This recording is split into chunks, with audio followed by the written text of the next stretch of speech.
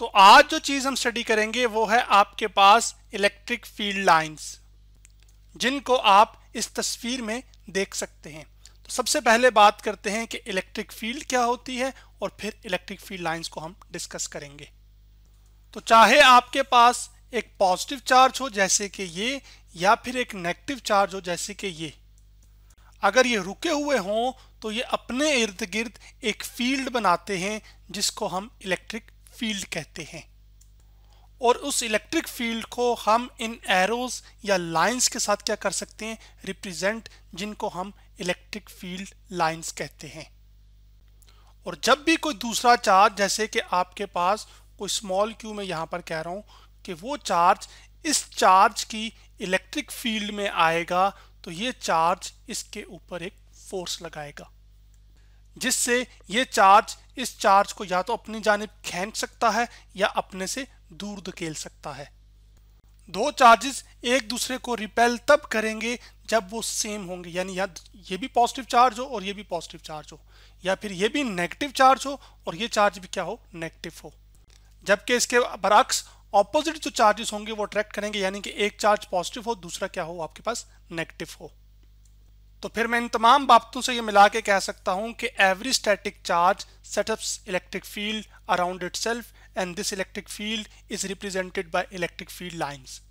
यानी कि हर एक चार्ज जो रुका हुआ है, चाहे पॉजिटिव या चाहे नेगेटिव, वो अपने इर्द गिर्द क्या बनाएगा, एक इलेक्ट्रिक फील्ड बनाएगा। और उस इलेक्ट्रिक फील्ड को हम जिन लाइंस के साथ रिप्रेजेंट करेंगे उनको हम इलेक्ट्रिक फील्ड लाइंस कहते हैं। और ये जो इलेक्ट्रिक फील्ड लाइंस हैं आपके पास, बेसिकली ये क्या हैं, ये इमेजिनरी हैं और ये बताती हैं कि किस डायरेक्शन में इलेक्ट्रोस्टैटिक फोर्स एक्ट करेगी एक चार्ज के ऊपर जब आप उसको इस चार्ज की या इस चार्ज की इलेक्ट्रिक फील्ड के अंदर लेकर आएंगे।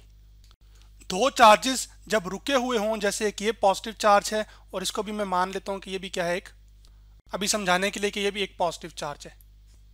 तो ये दोनों रुके हुए हैं और एक दूसरे से कुछ फासले पर हैं, तो इनके जो बीच की फोर्स है असल में उसको हम इलेक्ट्रोस्टैटिक फोर्स कहते हैं। और ये इलेक्ट्रोस्टैटिक फोर्स इस डायरेक्शन में एक्ट करेगी जिस डायरेक्शन में ये इलेक्ट्रिक फील्ड लाइंस पॉइंट करेंगी, क्योंकि सेम चार्ज एक दूसरे को क्या करते हैं, रिपेल करते हैं। तो ये वाला जो चार्ज होगा बेसिकली इस चार्ज को क्या कर रहा होगा, अपने से दूर धकेल रहा होगा, जैसे कि यहाँ पर मैं मूव करके दिखा रहा हूँ आपको। तो असल में ये जो फील्ड लाइंस हैं बेसिकली ये डायरेक्शन ऑफ इलेक्ट्रोस्टैटिक फोर्स को भी एक तरह से रिप्रेजेंट कर रही हैं। इसके बरअक्स ये जो नेगेटिव चार्ज है इसके इर्द गिर्द भी एक इलेक्ट्रिक फील्ड बन रही है। तो अब जब यही चार्ज मैं इस चार्ज की, नेगेटिव चार्ज की इलेक्ट्रिक फील्ड में लेकर आऊंगा, तो ये पॉजिटिव चार्ज है जबकि ये नेगेटिव चार्ज है, तो ये नेगेटिव चार्ज इसको असल में अपनी जानिब क्या करेगा, अट्रैक्ट करेगा। तो इस वजह से क्या होगा कि इसकी जो इलेक्ट्रिक फील्ड लाइंस होंगी वो बेसिकली क्या होंगी, इनवर्ट। अब आप जिस पोजीशन पर रखेंगे, अगर इस पोजीशन पर रखेंगे तो ये फोर्स इस तरफ होगी, अगर आप इस पोजीशन पर रखेंगे तो ये फोर्स इस तरफ होगी। लेकिन ऑपोजिट चार्जेस हैं तो हमेशा ये जो फोर्स है वो अट्रैक्टिव होगी, और ये जो फील्ड लाइंस होंगी एक नेगेटिव चार्ज की वजह से वो हमेशा इनवर्ड होंगी, जबकि पॉजिटिव चार्ज की वजह से हमेशा आउटवर्ड होंगी। अब बात करते हैं फर्दर इलेक्ट्रिक फील्ड लाइंस की जो प्रॉपर्टीज हैं उनको डिस्कस करते हैं। तो अब आप कंसिडर करें कि आपके पास एक पॉजिटिव चार्ज है और उसकी वजह से ये इलेक्ट्रिक फील्ड लाइंस ड्रॉ हुई हैं। ये क्यों इस तरह बनती हैं ये मैंने पीछे बता चुका हूं, मैं अब फर्दर प्रॉपर्टीज को डिस्कस करूंगा। आप ये देख रहे हैं इस सोर्स चार्ज से ये मुख्तलिफ, यानी कि यहाँ पर 3, 3, 6, 2, 8 इलेक्ट्रिक फील्ड लाइंस निकल के आई हैं। अब अगर मैं चार्ज का मैग्नीट्यूड, यानी कि मिसाल के तौर पर ये प्लस क्यू है, मैं इसको ना बड़े क्यू से समझाने के लिए सिर्फ बता रहा हूँ कि बड़े क्यू से लेबल करूँ, यानी कि इस चार्ज का मैग्नीट्यूड ज़्यादा है, तो जो number of electric field lines निकल रही होंगी इस चार्ज की वजह से या बन रही होंगी वो भी फिर क्या होंगी, वो ज़्यादा होंगी। तो फिर मैं यूं कह सकता हूं, the number of electric field lines are proportional to magnitude of charge. यानी कि चार्ज जितना ज्यादा होगा, जैसे कि ये मैं मिसाल दे रहा हूं कि 100 कूलम ले लें आप, 100 कूलम, जबकि ये जो क्यू था इसको आप मिसाल दे रहा हूं मैं अभी 10 कूलम होता, तो 100 कूलम के चार्ज की वजह से जो इलेक्ट्रिक फील्ड लाइंस बननी थी वो ज्यादा बनेंगी, जबकि 10 कूलम के चार्ज के लिए जो इलेक्ट्रिक फील्ड लाइंस बनेंगी वो कम बनेंगी। अब इस चार्ज की वजह से जो इलेक्ट्रिक फील्ड लाइंस बन रही हैं, अगर आप मुख्तलिफ जगहों पर देखें तो दो लाइंस के बीच में स्पेसिंग हर बढ़ते फासले के साथ क्या होती जा रही, बढ़ती जा रही, जैसे कि यहाँ पर, फिर यहाँ पर। इसका मतलब ये हुआ कि जहां पर दो इलेक्ट्रिक फील्ड लाइंस के बीच स्पेसिंग कम होगी वहां पर इलेक्ट्रिक फील्ड की स्ट्रेंथ यानी उसकी शिद्दत ज्यादा होगी, जबकि आपके पास जब दो लाइंस के बीच इलेक्ट्रिक फील्ड लाइंस के बीच स्पेसिंग ज्यादा होगी तो उन पॉइंट्स पर इलेक्ट्रिक फील्ड की स्ट्रेंथ कम होगी। तो फिर इसको अल्फाज में मैं यूं लिख सकता हूं कि आपके पास lesser the spacing between electric field lines stronger will be electric field strength, larger the spacing between the electric field lines smaller will be the electric field strength. यानी कि जितनी आपके पास इलेक्ट्रिक फील्ड लाइंस के बीच में spacing कम होगी असल में electric field strength उस पॉइंट पर उतनी ज्यादा होगी, और जितनी दो इलेक्ट्रिक फील्ड लाइंस के बीच में स्पेसिंग ज्यादा होगी असल में उन पॉइंट्स पर इलेक्ट्रिक फील्ड की स्ट्रेंथ उधर कम होगी। अब अगली जो प्रॉपर्टी है इलेक्ट्रिक फील्ड लाइंस की वो ये है कि कोई भी दो इलेक्ट्रिक फील्ड लाइंस जैसे कि मैं ये ड्रॉ कर रहा हूं वो असल में एक दूसरे को इंटरसेक्ट नहीं कर सकती। तो ये बात भी मैं यहां पर लिख देता हूं, two electric field lines will never intersect each other.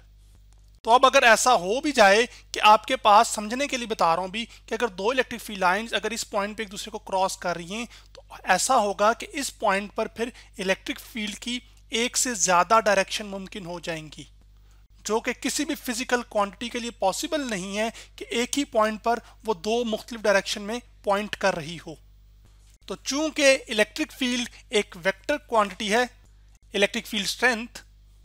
तो वेक्टर क्वांटिटी की एक पॉइंट पर एक ही डायरेक्शन होती है और वो एक खास सिमत में होगी, या इस तरफ या इस तरफ, समझाने के तौर पे।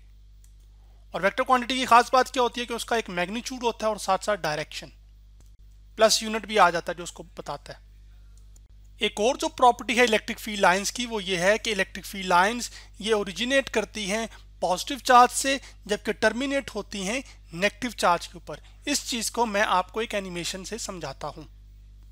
जैसा कि आप देख सकते हैं कि ये एनिमेशन मैंने fed.colorado.edu की वेबसाइट से ली है, जिसमें मान लीजिए कि आपके पास एक ये पॉजिटिव चार्ज है तो ये अपने इर्द गिर्द एक इलेक्ट्रिक फील्ड बना रहा है